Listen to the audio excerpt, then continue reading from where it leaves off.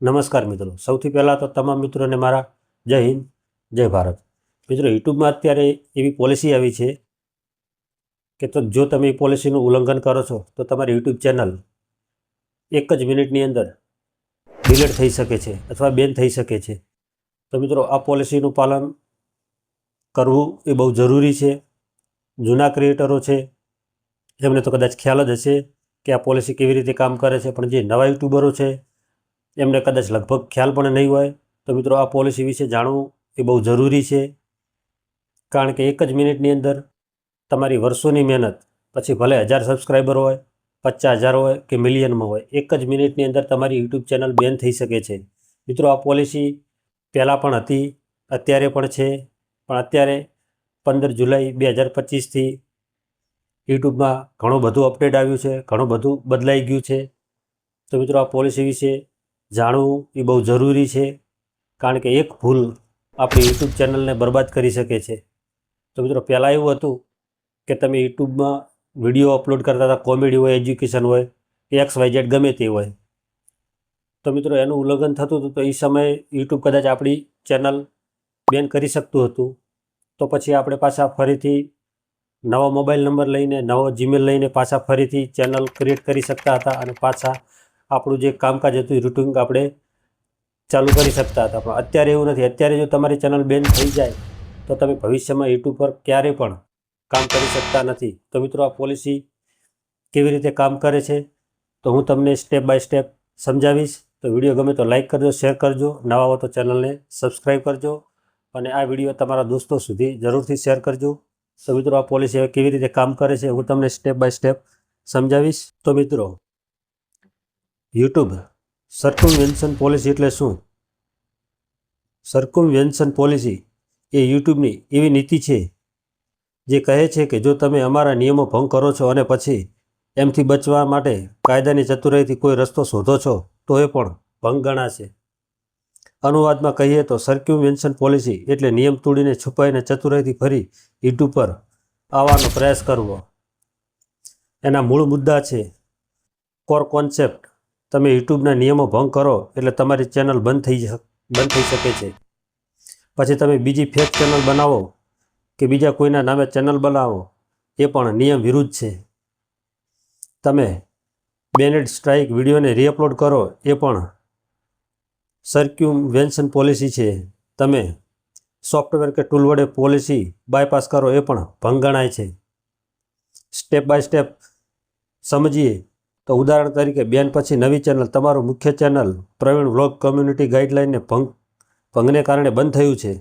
પછી તમે નવી ચેનલ બનાવો છો, ગુજરાતી રિયલ વ્લોગ, અને બીજી જીમેલ આઈડીથી યુટ્યુબ પર અપલોડ શરૂ કરો છો, તો યુટ્યુબ આને સર્ક્યુમવેન્શન પોલિસી ગણશે, કારણ કે તમે બેનમાંથી બચી રહ્યા છો.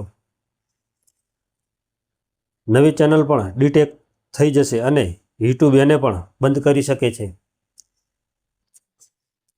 બીજી વ્યક્તિના નામે ચેનલ ચલાવવી: તમારી ચેનલ બંધ થઈ ગઈ છે.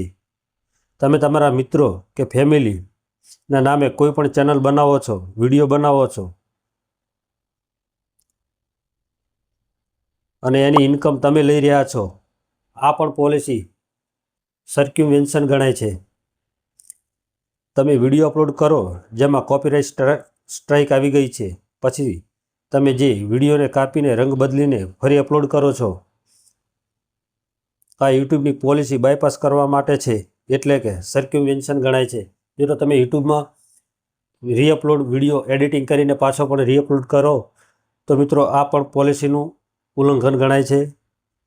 તમે કોઈ વસ્તુ પ્રમોટ કરો જે યુટ્યુબ પર રોકેલી છે, જેમ કે હાર્મફુલ દવાઓ, હેકિંગ એપ, પછી તમે શબ્દ બદલીને કે એને કોડમાં લખીને એ બતાવવાનો પ્રયાસ કરો, એ પણ પોલિસી વિરુદ્ધ છે. શું કરવું જોઈએ? ગાઈડલાઇન ભંગ કર્યા પછી ફરી ચેનલ બનાવવી નહીં. સ્ટ્રાઇક વિડીયો ફરીથી રીઅપલોડ કરવા નહીં. કોપીરાઇટ ફ્રી અને ગાઈડલાઇન કોમ્પ્લિટન્ટ વિડીયો જ અપલોડ કરો. હંમેશા તમારી સાથે યુટ્યુબની ટર્મ્સ ઓફ સર્વિસ વાંચતા રહો. સર્ક્યુમવેન્શનને લઈ યુટ્યુબ શું કરે છે? તમારી નવી ચેનલ ઓટોમેટિક ડિટેક્ટ કરે છે. તમારું ગૂગલ અકાઉન્ટ સુધી બેન થઈ શકે છે. તમારા બધા વિડીયા રિમૂવ થઈ શકે છે. તમે અવારનવાર કોલેબોરેશન કે યુટ્યુબ મોનેટાઇઝેશન પ્રોગ્રામમાંથી દૂર થઈ શકો છો. તો મિત્રો, મારી તો અંતિમ સલાહ છે, યુટ્યુબ પર લાંગ ટર્મ સફળ થવું છે, એટલે કે લોંગ ટર્મ સફળ થવું છે, તો કોઈ પણ પ્રકારનું રૂલ્સ બાયપાસ કે નીતિ કે ચાલાકીઓ કરતા નહીં. તમારી જાતે મૂળભૂત, નિષ્ઠાવાન અને ક્રિએટિવ રીતે આગળ વધો. સફળતા માટે ટૂંકો રસ્તો ન શોધશો. યાત્રા અધૂરી રહી શકે છે. જો નિયમ પાળશો તો યાત્રા ઇતિહાસ બની જશે. યુટ્યુબની એક ખૂબ મહત્ત્વપૂર્ણ પોલિસી છે સર્ક્યુમ્વેન્શન પોલિસી. અર્થાત જો તમે યુટ્યુબના નિયમ ભંગ કરો અને પછી એમાંથી છુટકારો મેળવવા ચતુરાઈ કરો તો એ નિયમ ભંગ ગણાય છે. સાદી ભાષામાં કહીએ તો જો તમારી ચેનલ બેન થાય અને પછી તમે બીજી રીતે ફરી પાછા આવવાનો પ્રયાસ કરો તો યુટ્યુબ સામે છુપી ટૂંકાણ ગણાય છે, જેને કહેવાય છે સર્ક્યુમ્વેન્શન પોલિસી. તમારું ચેનલ બંધ થયું છે, પછી તમે બીજી જીમેલ આઈડીથી બીજી ચેનલ બનાવો છો. ભલે એ નામ અલગ હોય, પણ યુટ્યુબ એને જોઈ શકે છે અને એ નવી ચેનલ પણ યુટ્યુબ બંધ કરી શકે છે. તમારું બેન થયેલું ચેનલ તો દાખલા તરીકે ધર્મેશભાઈના નામે ચાલુ કરો છો, પણ વિડીયો તમે બનાવો છો, લોગિન તમે કરો છો, ઇન્કમ તમારા ખાતામાં આવે છે. યુટ્યુબ માટે એ પણ સર્ક્યુમ્વેન્શન ગણાય છે. કોપીરાઇટ સ્ટ્રાઇક આવેલી વિડીયો ક્રોપ કરીને અથવા ધ્વનિ બદલીને ફરી રીઅપલોડ કરવી એ પણ પોલિસીનું ઉલ્લંઘન ગણાય છે. હેકિંગ એપ, બેનેડ પ્રોડક્ટ કે દવાઓ માટે તમે કોડ વાપરો કે શબ્દ બદલો એ પણ ગાઈડલાઇન વિરુદ્ધ છે. સાવચેત રહેવા માટે યુટ્યુબ માત્ર આઈપી એડ્રેસ નહીં, પરંતુ તમારું ગૂગલ અકાઉન્ટ, મોબાઈલ ડિવાઇસ અને લોકેશન ટ્રેક કરી શકે છે. જો તમારી યુટ્યુબ ચેનલ બેન થઈ ગઈ હોય અને તમે બેન પછી ફરી આવી રહ્યા છો અથવા ગાઈડલાઇન છુપાવી રહ્યા છો, તો તમારું આ નવી ચેનલ પણ લાઈફ ટાઈમ માટે બંધ થઈ શકે છે. સફળતા માટે મિત્રો ટૂંકા રસ્તા નહીં, નિયમનું પાલન કરવું એ બહુ જરૂરી છે.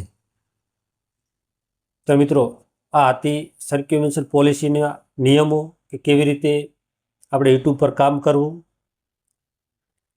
વિડીયો બનાવવા. તો મિત્રો, વિડીયો ગમ્યો તો લાઈક કરજો, શેર કરજો, નવા હો તો ચેનલને સબસ્ક્રાઈબ કરજો. ફરીવાર નવા ટોપિક સાથે મળશું. ત્યાં સુધી જય હિન્દ, જય ભારત.